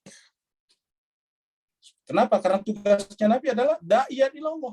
Jangan sampai kemudian tiba-tiba menganggap metodologi yang dilakukan mereka itu kemudian itu lebih bagus. Berikutnya ini. Ini ada dua topeng. Dua wajah. Wala tuti'il kafirin, kata Allah kepada Nabi. Wala tuti'il kafirin. Jangan engkau mentaati, jangan engkau mengikuti metodologinya al-kafirin wal munafikin, orang munafik juga. Biarlah mereka berjalan dengan caranya sendiri, metodologinya sendiri. Karena kamu sudah diberikan metodologi oleh Tuhan, oleh langit. Kalau mereka mengganggu kamu, wada azahum, biarkanlah. Tidak usah direspon. Jadi kalau mereka mengganggu kamu, orang kafir, orang munafik itu, tidak usah direspon. Sabar saja. Ingat tadi surat Al-Baqarah, wa basyiris sabirin alladzina idza asabatuhum musibah qalu inna lillahi wa inna ilaihi raji'un. Wada adahum, biarkanlah gangguan-gangguan mereka. Tidak usah ditanggapi. Tidak usah direspon. Biarkanlah saja dengan itu semuanya. Kalau perlu doakan mereka, semoga mereka dapat hidayah. Kamu sendiri tawakal ala Allah, bertawakallah kepada Allah. Wa tawakkal ala Allah, bertawakallah kepada Allah. Apa sebabnya? Wakil kalian. Wa kafa billahi wakila. Cukuplah Allah sebagai wakil kalian. Kemudian ayat berikutnya bicara tentang perceraian. Sebelumnya kita bicara tentang keluarga Nabi, istri-istrinya maksudnya. Ada di antara mereka yang diberi kata-kata, kalau kalian memilih dunia dan perhiasannya, mari saya berikan perhiasan kepada kalian dunia, tapi saya ceraikan kalian dengan ceraian yang baik. Ini menunjukkan jemaah sekalian bahwa pernikahan itu adalah benar-benar berdasarkan pilihan bebas manusia. Penggunaan kata-kata itu oleh Nabi menunjukkan bahwa bahkan menikah dengan Nabi pun harus berdasarkan keinginan, dan dalam hal ini adalah terutama mengikuti ajakan Nabi, yaitu da'yan ila Allah. Kalau tidak apa-apa juga. Kalau kalian mau yang lebih dari itu silahkan. Ya. Allah mengatakan, ya ayyuhalladzina amanu, orang beriman, idza nakahtumul mu'minati. Orang beriman, idza nakahtum, apabila kalian telah menikahi siapa? Al-mu'minat, orang mukmin, perempuan. Summa talaktumuhunna, kemudian kalian menceraikan mereka. Talak itu adalah sudah menjadi bahasa Melayu, talak, cerai. Summa talaktumuhun, kemudian kalian menceraikan mereka. Min qabl, sebelum. An tamassuhun, sebelum kalian menyentuh, mempergauli mereka. Jadi apabila kalian menikahi orang mukmin, wanita mukmin, lalu kemudian kalian menceraikan mereka sebelum antamassuhun, sebelum kalian menyentuh mereka, famalakum alaihinna min iddatin, maka tidak perlu ada iddah. Jadi famalakum, tidak ada kewajiban bagi kalian atasnya untuk apa? Untuk menghitung. Iddah itu adalah, iddah sebetulnya adalah hitungan. Iddah itu adalah hitungan hari yang kalian hitung. Tidak perlu ada iddah, masa periode tertentu yang kalian harus hitung. Apa sebabnya? Ini menjelaskan bahwa masa iddah itu adalah untuk kepentingan safety namanya. Apa itu safety? Memastikan bahwa ketika wanita itu terjadi perceraian, mereka tidak mengandung anak bekas suaminya. Demi apa? Demi Allah membicarakan tentang asal-usul nasab.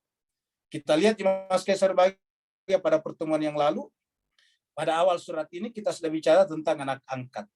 Ada yang tidak diketahui keluarganya. Nah, itu yang dihindari oleh agama. Agama kita bahas kemarin waktu menjawab pertanyaan Intan tentang agama adalah bersifat preventif. Jangan sampai ada orang yang tidak jelas nasabnya. Maka kemudian agama mengatakan setiap terjadi perceraian harus ada masa periode iddah. Ya. Ini menentukan apakah yang bersangkutan hamil atau tidak. Maka ketika tidak terjadi hubungan biologis di antara keduanya, maka tidak perlu ada iddah. Min iddatin tadunaha. Jadi ingat Mas sekalian, Allah memelihara manusia terutama tentang nasab-nasab mereka. Tetapi jemaah sekalian, dunia kita sekarang ini agak kelihatan terbalik. Bapak Ibu sekalian yang sering membaca berita, pasti sering mendengarkan bayi-bayi dibuang di kantong plastik, di kardus-kardus Indomie, bahkan ada yang dibuang di toilet dan sebagainya. Luar biasa sekarang. Dan itu mirip dengan pada zaman jahiliyah sebelum Islam datang. Kira-kira apa sebabnya? Sederhana sekali. Pergaulan gampang, tetapi pernikahan susah. Salah satu susahnya pernikahan sekarang dibatasi, harus umur sekian baru menikah. Harus umurnya sekian baru boleh menikah. Itu berdasarkan aturan undang-undang. Tentu kita setuju saja dengan undang-undangnya, apalagi negara yang begitu. Tapi gimana sekalian, harusnya juga pergaulan diperketat. Karena ini kalau pernikahan dipersulit, tetapi pergaulan dipermudah, bisa dipastikan apa yang akan terjadi. Ya, saya kira Bapak Ibu sekalian pasti tahu arahnya sistem sosial seperti ini. Kita membuat tatanan sosial, pergaulan mudah, tetapi pernikahan ditunda, dipersempit, dipersulit, maka pasti akan terjadi macam-macam. Oleh sebab itulah justru agama sebaliknya, pernikahan dipermudah, gitu. Pernikahan dipermudah. Kemudian kalau seandainya terjadi perceraian, harus jelas. Kenapa? Iddahnya. Kalau dia telah melakukan hubungan. Supaya anaknya nanti jelas siapa yang punya anak. Kenapa? Supaya bertanggung jawab. Kalau sudah akan menceraikannya, famatiuhunna wasarihuhunna sarahan jamila. Maka berikanlah mut'anya, mut'a di sini adalah hadiah, walaupun dia tidak dipergauli. Wasarihuhunna, dan ceraikanlah mereka sarahan jamila, dengan ceraian yang baik.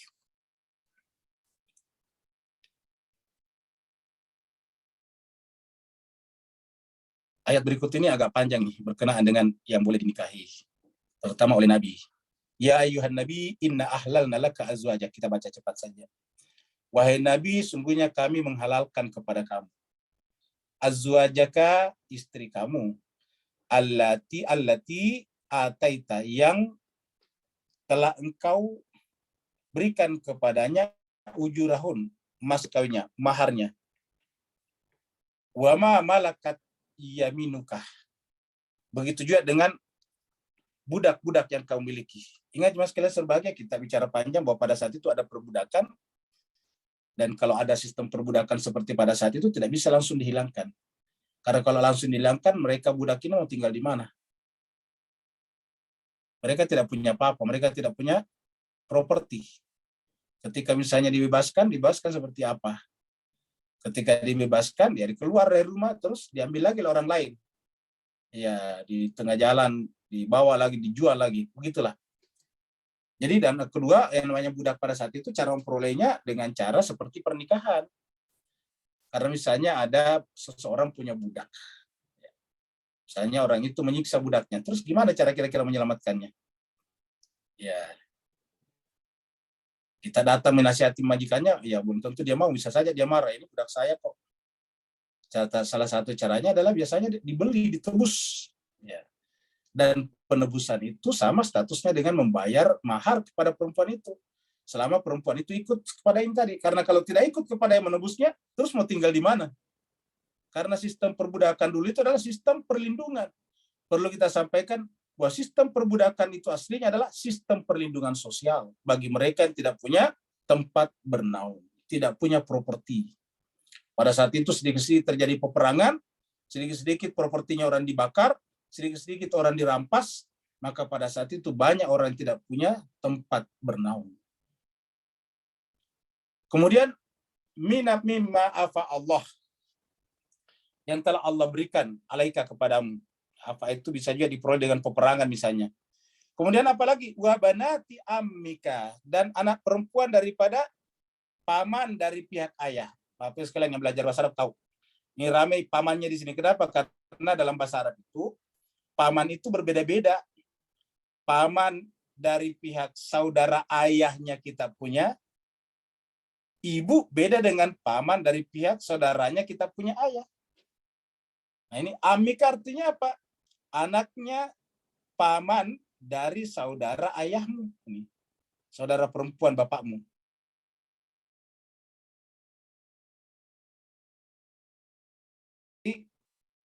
Amika, saudara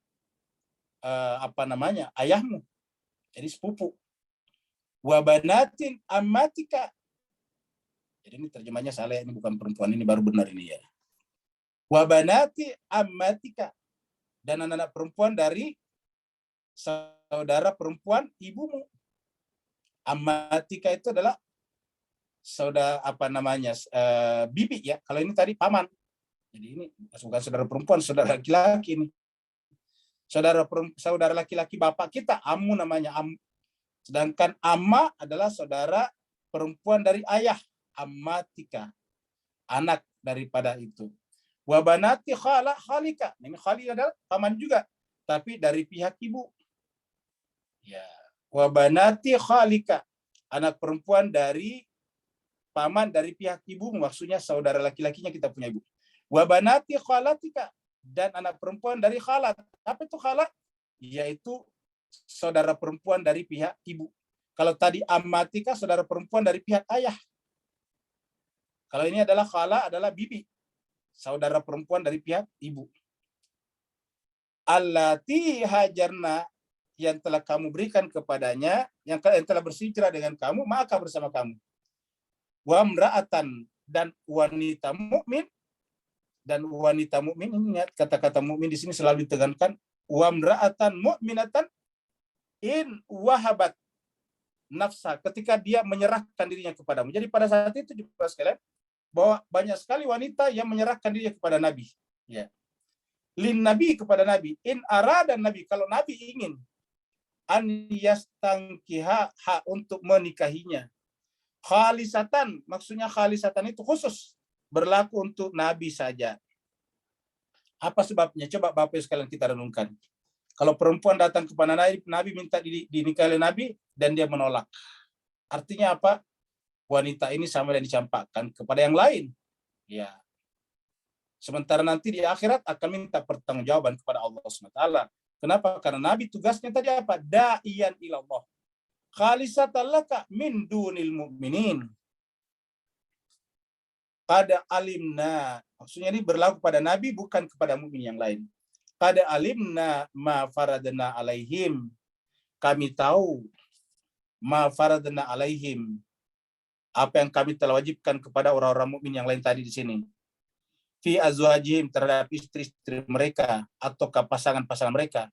Wa ma malakat aimanuhum, ataupun juga budak-budak mereka. Likai, supaya la yakuna alaika harajun, supaya tidak ada bagi kamu Muhammad haraj, kesempitan. Tidak ada masalah maksudnya. Wa kana Allahu ghafurur rahima, dan Allah itu adalah Maha Pengampun lagi Maha Penyayang. Bapak Ibu sekalian, jadi permulaannya tadi berbicara tentang Muhammad, kemudian orang beriman, ayat 40 tadi tentang Muhammad, kelanjutan dari sebelumnya, baru berbicara orang beriman yang berzikir kepada Allah, bertasbih, lalu terakhir berbicara tentang pernikahan Nabi secara spesifik, juga berkaitan dengan orang mukmin yang lain. Terima kasih banyak atas perhatiannya, mohon maaf terlalu lama hari ini. Waktu kita tinggal kurang lebih 7 menit. Assalamualaikum, Ustaz. Dipersilakan. Waalaikumsalam warahmatullahi wabarakatuh. Azim. Ustaz, satu soalan saya begini, Ustaz. Kata rahim tadi menarik perhatian saya, dan saya terkilan menghubung kaitkannya dengan nikmat Allah yang sempurna, lengkap melalui wilayah di ayat lain tadi. Dengan ayat 33, adalah maksud kepada kata rahim. Cuma persoalannya ialah wakana, fi'il mudhari' digunakan. Boleh beri pencerahan batiniahnya, Ustaz? Afwan, barakallahu fiik. Baik, terima kasih banyak. Jadi jemaah sekalian berbahagia, jadi tadi menggunakan kata-kata wakana itu fi'il madhi. Kana itu fi'il madhi. Wakana bil mu'minina rahimah. Karena bentuk madinya mudhari'nya yakunu, kana yakunu, wa kana bil mu'minina rahimah. Jadi artinya jemaah sekalian berbahagia, ini menunjukkan bahwa satu, bisa bermakna kana itu telah terjadi di alam rohani di sana. Orang beriman itu adalah orang yang kembali kepada perjanjian rohaninya di alam alastu birabbikum. Satu. Yang kedua, dari sisi bahasa, ketika bentuk madhi digunakan untuk akan datang, artinya pasti. Seperti misalnya kul ja'al haqqu wa zakal, itu ja'a di situ menggunakan bentuk madhi. Artinya kalau kebenaran sudah pasti datang, itu yang kebatilan pasti hilang. Qul ja'al haq wa zahaqal batil innal batila kana zahuqa. Nah, di sini juga menggunakan kata kana bentuk madhi, bentuk lampau, bentuk past tense. Artinya apa? Wa kana bil munarrahima, Allah pasti akan menerapkan, memberlakukan rahimnya kepada orang beriman. Siapa orang yang diberlakukan rahimnya Allah kepada orang beriman? Adalah orang yang menyadari bahwa kehadirannya di muka bumi ini juga adalah melalui rahimnya Allah. Yaitu melalui peranakan wanita ibu kita masing-masing namanya rahim. Jadi kita tadinya dari tidak ada menjadi ada, makanya kita katakan tadi sebetulnya tidak ada orang miskin kalau kita lihat dari sisi keberadaan kita. Kita semua yang tadinya tidak ada, tiba-tiba sekarang ada, punya kaki, punya tangan, punya mata, punya kuping, semuanya itu tak ternilai. Punya jantung yang bekerja setiap hari, diberikan semuanya kepada kita. Ya, oleh sebab itulah itu adalah rahman Allah SWT yang diikat dengan rahimnya melalui ibu tadi. Itulah sebabnya jemaah sekalian berbahagia, menghormati Allah harus dibuktikan dengan memuliakan orang tua. Kita sudah bahas di surat Luqman, seandainya orang tua memaksa kita untuk mempersekutukan Tuhan, tidak boleh mengikutinya, tetapi tetap harus mempergaulinya dengan sebaik-baiknya. Itu orang tua kita, ibu kita, apalagi istri Nabi yang merupakan ummahatul mukminin. Kita harus menyebut mereka dengan penuh hormat. Kita harus menyebut mereka dengan penuh sopan santun. Kita harus menyebut mereka dengan ta'zim. Nah, jemaah sekalian berbahagia, jadi kata rahimnya lebih kepada itu tadi. Jadi kalau kita gambarkan itu, rahman itu adalah lingkaran besar, rahim itu adalah lingkaran kecil. Artinya apa? Lebih menukik, lebih spesifik. Karena hanya orang berimanlah yang menukik ke dalam jantung realitas. Jantung realitas adalah Allah Subhanahu wa taala. Berikutnya lagi silakan. Ustaz. Ustaz. Ya, silakan siapa dulu nih? Pak Rum, silakan dulu Pak Rum. Oh iya, ini silakan Pak, silakan. Terkait dengan masalah perkawinan. Mohon pencerahan sedikit Pak Ustadz mengenai perkawinan yang berbeda agama, melahirkan anak dan menyikapi anak ini seperti apa dalam agama Pak Ustadz. Mohon pencerahan sedikit Pak Ustadz. Baik, terima kasih jemaah sekalian berbahagia. Jadi memang di dalam Islam ini perlu kita sampaikan tadi bahwa kita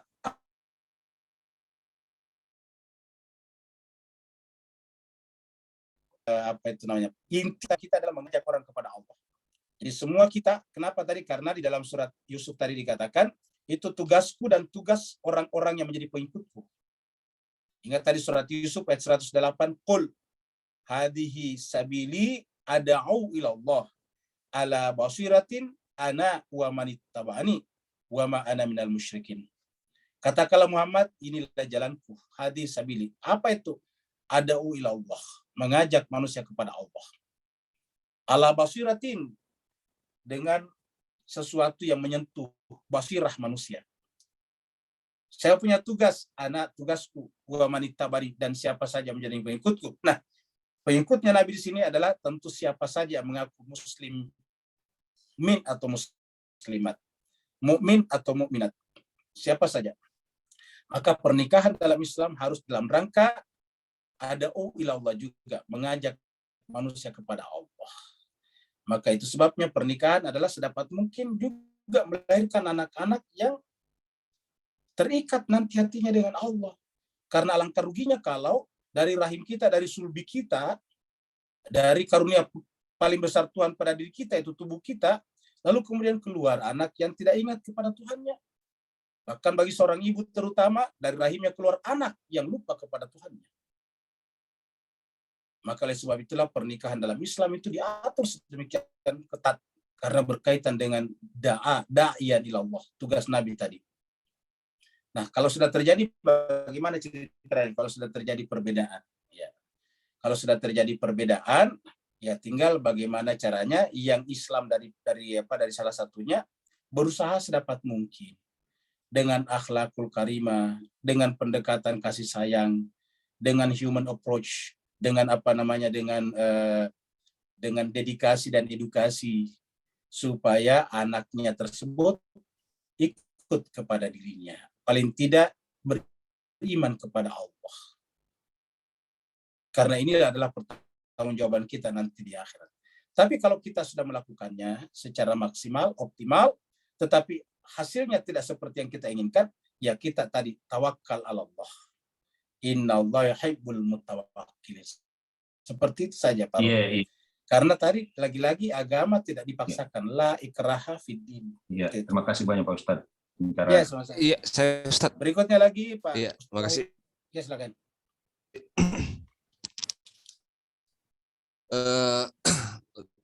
Saya coba dikoreksi aja, Ustaz. Mudah-mudahan saya yang keliru, Ustaz. Soal pemahaman tentang salawat gitu. Dari seluruh ayat yang tadi malaika alaihim salawatu min rabbihim dan lain sebagainya. Nah, saya mau ke kosakata salat itu ya. Tolong saya dikoreksi, Ustaz. Mungkin saya yang keliru ya. Apakah kosakata salat ini sama dengan kata silah? Misalnya kata-kata ada istilah silaturahim gitu loh.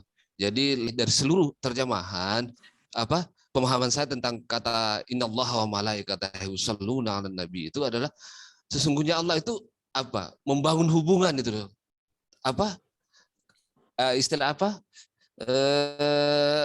Hubungan dengan Allah itu tidak pernah putus gitu loh. Komunikasi kita dengan Allah itu tidak putus. Jadi di situ innallaha wa malaikatahu yasun. Sesungguhnya Allah dan para malaikat itu selalu berhubungan itu. Jadi tidak pernah putus hubungan dia dengan para nabi gitu loh. Begitupun juga dibilang ya ayyuhallazina amanu sallu. Bangunlah hubungan gitu loh. Kamu dengan nabi gitu. Jadi kata-kata sallu itu sangat hubungan itu, koneksivitas gitu loh. Mohon saya dicerahkan, mungkin saya keliru, Ustaz. Terima kasih. Assalamualaikum. Baik, waalaikumsalam warahmatullahi wabarakatuh. Jadi jemaah sekalian berbahagia, ini yang ditanyakan Pak Ustadz Wahid tadi benar adanya, yaitu salawat, salat, sila itu satu asal kata, artinya berhubungan. Masuk ke dalam haribaan, menyatu, itu namanya salat. Makanya di dalam Al-Quran ada juga kata-kata masuk ke dalam neraka, yasla juga, yaslan naral kubro, itu ada. Di dalam surat dalam surat Al-Alaq, sabih semarabik itu ada kata-kata yaslan naral kubra. Tsumma la yamutu fiha wa la yahya. Qad aflaha man tazakka wa dzakara isma rabbih fa shalla, kan begitu. Jadi kata-kata salat itu sama dengan sila, sama dengan salat. Jadi kita bisa simpulkan begini. Kalau menyatukan diri kita, kata menyatukan diri kita, menghubungkan diri kita dengan Allah, namanya salat. Kalau kita menyatukan diri kita atau menghubungkan diri kita dengan Nabi dan keluarganya, namanya selawat. Kalau kita menghubungkan atau menyatukan diri kita dengan sesama manusia, namanya silaturahim. Jadi 3 ini unsur. Kita ulangi lagi. Menyatukan, membangun hubungan yang tak terputus dengan Allah, namanya salat. Menyatukan, membangun hubungan tak terputus dengan Nabi dan keluarganya, namanya selawat. Yang ketiga, membangun, menyatukan hubungan dengan sesama manusia, namanya silaturahim. Dan di dalam salat, 3-tiganya ada. Di dalam salat, 3-tiganya ada. Namanya saya salat. Tidak sah salat kalau tidak berselawat, dan tidak sah salat kalau tidak memberi salam. Apa itu selawat? Kepada Nabi dan keluarganya. Allahumma salli ala Muhammad wa ala ali Muhammad. Apa itu salam? Kepada seluruh manusia. Assalamualaikum warahmatullahi wabarakatuh. Tidak sah salat kalau tidak memberikan salam kepada semuanya. Jadi di dalam salat itu ada 3 salat. Salam. Salam pertama spesifik, spesial kepada Nabi. Assalamualaikum ya ayuhan Nabi. Warahmatullahi wabarakatuh. Ya kepada Nabi dan keluarganya. Dikatakan assalamu alaina wa ala ibadillahis shalihin. Alaina kepada kita ini yang berwilayah kepada siapa? As-salih. Wala ibadillahis shalihin. Kemudian yang ketiga, assalamualaikum warahmatullahi wabarakatuh kepada seluruh manusia.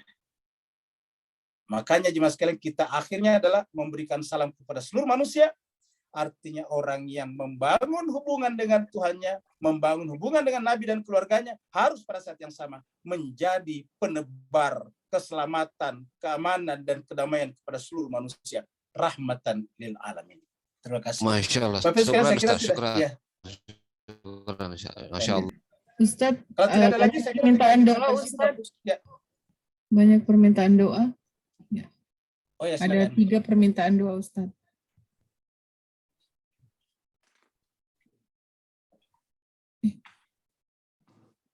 Dari suaranya.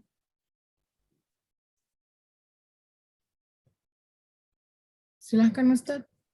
Terus kan pertama kita doakan, ini ada dari Hairul, untuk tantenya Lena yang sekarang sudah masuk hari ketiga wafatnya. Kita doakan semoga Allah SWT memberikan ampunan kepadanya, diangkat derajatnya dan dimuliakan tempatnya di sana, yaitu Lucy Anggelia binti Al-Makmur Malin Permatoh. Ini Permatohnya kelihatan kalau orang Sumatera. Kita doakan almarhumah Lucy Anggelia binti Al-Makmur supaya diterima di sisi Allah SWT. Yang kedua adalah dari Ibu Foni Pawaka. Ibu Foni ini jemaat tetap kita juga. Saudaranya Ibu Mita Al-Baru. Jadi kita mohon bantuan mendoakan sahabat Ibu Ade Lesmania binti Abdul Rahim Musa yang akan operasi breast cancer ya pada hari Selasa tanggal 30 November, berarti hari Selasa depan. Kita doakan semoga Ibu Ade Lesmania binti Abdul Rahim Musa diberikan prosesi operasinya berjalan dengan lancar dari awal sampai akhir dan kemudian diberikan kesembuhan dengan kesempurnaan yang sempurna. Kemudian dari Pak Saban, yaitu untuk almarhum Yusuf Anwar yang meninggal kemarin ya. Jemaah sekalian, kita juga doakan jemaat tetap kita Bapak Saniman Motowardoyo yang kemarin berulang tahun. Kita doakan semoga Allah senantiasa memberikan kesehatan dan keselamatan kepada beliau, diangkat derajatnya, digugurkan dosa-dosanya, diberikan berkah dan rahmat, hidup bersama dengan keluarganya, aman, sentosa sampai akhir hayat. Ala hadiniya wa likullitin salihah bihaqqi Muhammadin wa ali Muhammad wa bihaqqil Fatihah wa bisirril Fatihah wa bikaramatil Fatihah wa bimu'jizatil Fatihah alaihimul Fatihah ma'as salawat. Allahumma salli ala Muhammad wa ali Muhammad. Allahumma salli ala Muhammad wa ali Muhammad. Allahumma salli ala Muhammad wa ali Muhammad. A'udzubillahi minasyaitonir rajim. Bismillahirrahmanirrahim. Alhamdulillahirabbil alamin. Ar-Rahmanir Rahim. Maliki yaumiddin. Iyyaka na'budu wa iyyaka nasta'in. Ihdinas siratal mustaqim. Siratal ladzina an'amta 'alaihim ghairil maghdubi 'alaihim waladdallin. Amin. Alhamdulillahirabbil alamin. Hamdan syakirin, hamdan na'imin, hamdan yuafi ni'amahu wa yukafi mazidah. Ya Rabbana lakal hamdu kama yanbaghi li jalali wajhikal karim wa tammi sultanik. Allahumma salli ala Muhammadin wa ala ali Muhammad. Allahumma rabbana ighfir lana dhunubana wa liwalidina warhamhuma kama rabbayana shighara. Wa li jami'il muslimina wal muslimat wal mu'minina wal mu'minat al ahya'i minhum wal amwat bi rahmatika ya arhamar rahimin. Ya Allah Tuhan kami, dengan keberkahan majelis kami pada malam hari ini, kami secara khusus memohon kepadamu ya Allah untuk jemaah kami yang telah tiada, almarhum Bapak Yusuf Anwar dan juga almarhumah Ibu Ibu Lucy Anggelia binti Al-Makmur Malin Permotoh. Allahumma ghafir lahuma warhamhuma wa'afihima wa'fu anhuma wa akrim nuzulahuma wasi' madkhalahuma warfa darajatahuma wa adkhilhumal jannata ma'al abrar ya aziz ya ghaffar ya arhamar rahimin. Ya Allah Tuhan kami juga mohon secara khusus kepadamu untuk sahabat kami Ibu Ade Lesmania binti Abdul Rahim Musa yang akan operasi breast cancer ya Allah. Kami mohon kepadamu, berikanlah kesembuhan kepadanya dengan kesembuhan yang sempurna. Amin ya Allah. Perlancarlah seluruh prosesi operasinya dari awal sampai akhir. Amin. Gugurkanlah dosa-dosanya dengan operasi dan penyakit ini ya Allah. Amin. Dan nanti kalau kembalikanlah kesehatannya seperti sejak kala. Amin. Hidup seperti semula. Kembali bergabung dan bergembira, berbahagia dengan keluarganya. Dekatkanlah dirinya denganmu ya Allah Tuhan kami. angkatlah derajatnya dan muliakanlah di sisimu dan di sisi manusia. Kami juga mohon kepadamu ya Allah untuk sahabat kami, jemaah kami, Bapak Saniman Noto Wardoyo yang telah berulang tahun ya Allah. Angkatlah derajatnya, muliakanlah kehidupannya, panjangkanlah usianya, berikanlah kesehatan prima lahir dan batin di usianya sekarang ya Allah. Kirimlah senantiasa malaikat rahmat untuk menyertainya. Jadikanlah dan anak-anaknya menjadi anak-anak yang saleh dan salehah. Senantiasa sertakanlah beliau dalam majelis-majelis kami ya Allah. Dan siapa saja di antara kami yang hadir pada malam ini ya Allah, maka berkahilah mereka, rahmatilah mereka, kalau mereka sebagaimana Engkau perlakukan para nabi-nabi dan keluarganya ya Allah. Allahumma rabbana atina fid dunya hasanah wa fil akhirati hasanah wa qina adzabannar. Sallallahu ala sayyidina Muhammad. Subhana rabbika rabbil izzati amma yasifun wa salamun alal mursalin walhamdulillahi rabbil alamin. Walafu minkum. Assalamualaikum warahmatullahi wabarakatuh. Terima kasih Ustaz. Ustaz Wahyudin.